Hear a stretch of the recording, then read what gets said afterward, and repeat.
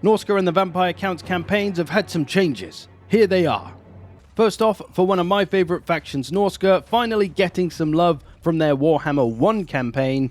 The biggest and most welcome change here is that they are no longer a faction that just has to build outposts when they take a settlement. They will now actually be a normal settlement-occupying faction like anybody else. So that's a really great change that should allow them to have much better economy and not have to rely on raiding and sacking and looting so much. I imagine there's still going to be a fair bit of that you'll need to do, but overall the big change should help Norsca feel a lot more comfortable to play.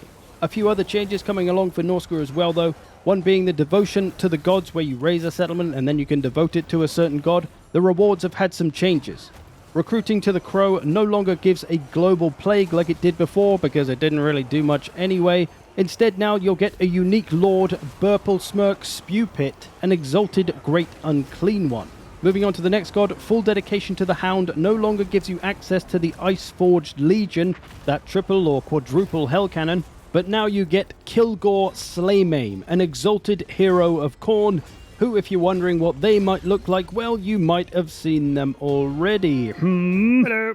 For dedication to any of the gods, there's going to be powerful boons that go with them that reflect the Dark God's ideal forces. For example, Azric the Maze Keeper, his forces will get barriers, magical weapons, and Winds of Magic benefits. So some cool stuff coming whichever god you choose. If you're a little bit disappointed though that the Ice-Forged Legion triple hell cannon is gone, well, rejoice, because it's not gone, and it's made even easier to access as it's now a regiment of renown, and you simply unlock it when you reach the appropriate level.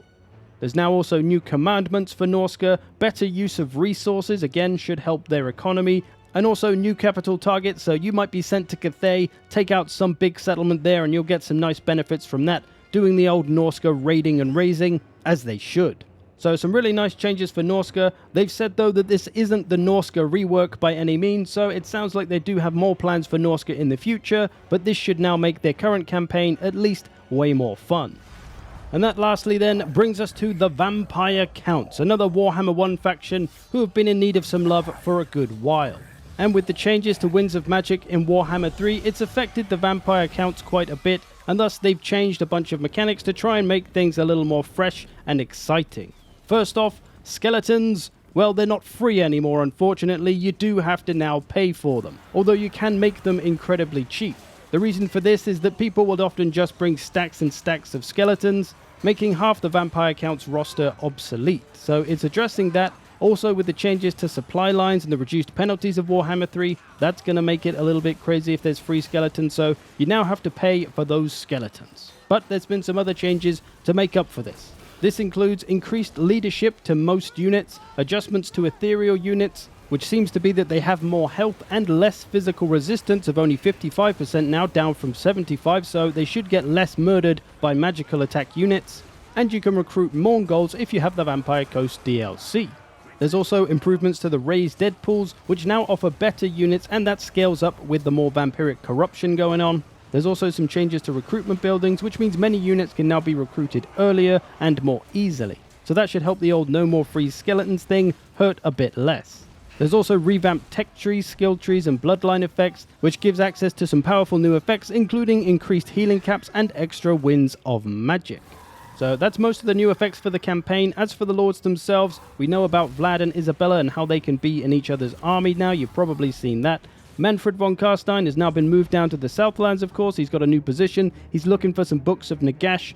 He also has increased magic reserves. His Master of the Black Arts ability now boosts his spell mastery, which will make his spells stronger in the same way that Cathay and Tzeentch can.